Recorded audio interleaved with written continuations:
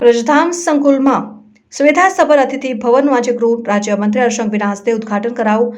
પુષ્ટિમાર્ગીય વૈષ્ણવ સંપ્રદાય આધ્યાત્મિક સંકુલ વ્રજધામ આધ્યાત્મિક સંકુલ ખાતે વ્રજરાજકુમારજી મહોદયની પ્રેરણાથી વલ્લભ ફાઉન્ડેશન ટ્રસ્ટ દ્વારા નવનૂતન વ્રજ પેલેસ અતિથિ ભવન તથા સર્વોત્તમ બેન્ક્વેટ હોલનું નિર્માણ સંપન્ન થયું છે। ત્યારે વૈષ્ણવાચાર્ય વ્રજરાજકુમારજી મહોદયના મંગલ સાનિધ્યમાં નૂતન અતિથિ ભવન તથા બેન્ક્વેટ હોલના ઉદ્ઘાટન કાર્યક્રમનું વિશેષ આયોજન કરાયું। પ્રસંગે રાજ્યના ગૃહ રાજ્યમંત્રી હર્ષ સંઘવી દ્વારા મુખ્ય અતિથિ રૂપે ઉપસ્થિત રહ્યા હતા। ઉલ્લેખનીય છે કે વ્રજધામ સંકુલમાં દેશ વિદેશના ભાવિકજનો જ્યારે આધ્યાત્મિક સંકુલમાં શ્રી પ્રભુ સાનિધ્યમાં નિવાસનો અલૌકિક લાભ મોટા પ્રમાણમાં પ્રાપ્ત કરતા આવ્યા છે અને તેની સંખ્યામાં સતત વધારો થતા સૌ ભાવિકજનો સુવિધાર્થે નવનૂતન અદ્યતન સુવિધા સાથે નવનૂતન વ્રજ પેલેસ અતિથિ ભવનનું વલ્લભ ફાઉન્ડેશન દ્વારા નિર્માણ કરવામાં આવ્યું હતું ને સભર 20 લક્ઝુરિયસ રૂમ તથા સ્યુટ સાથે વ્રજ પેલેસ અતિથિ ભવન દેશ વિદેશના ભક્તિજનોને આધ્યાત્મિક સંકુલમાં શ્રી પ્રભુના સાનિધ્યમાં અલૌકિક નિવાસનો અવસર પૂરો પાડશે।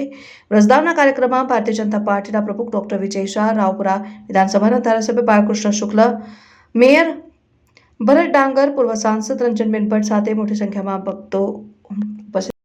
पूजनीय श्री जी इंदिरा बेटी जी महोदयाश्री द्वारा संस्थापित वल्लभ फाउंडेशन ट्रस्टना तत्वावधाનમાં કાર્યરત વ્રજધામ આધ્યાત્મિક સંકુલ જેમાં નવનૂતન વ્રજ પેલેસ અતિથિ ભુવન તેમજ સર્વોત્તમ બેન્ક્વેટ હોલનું દબદબાભેર ઉત્સાહસભેર વાતાવરણના અંદર મંગલ ઉદ્ઘાટન ગુજરાતના ગૃહમંત્રી શ્રી હર્ષભાઈ સંઘવીજીના હસ્તે કરવામાં આવ્યું।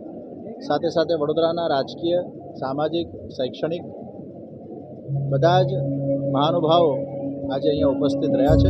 ખૂબ મોટી સંખ્યામાં વૈષ્ણવો આજે આ કાર્યક્રમના અંદર ઉપસ્થિત રહીને આ દિવ્ય ઉદ્ઘાટન સમારંભને સફળ બનાવ્યું છે।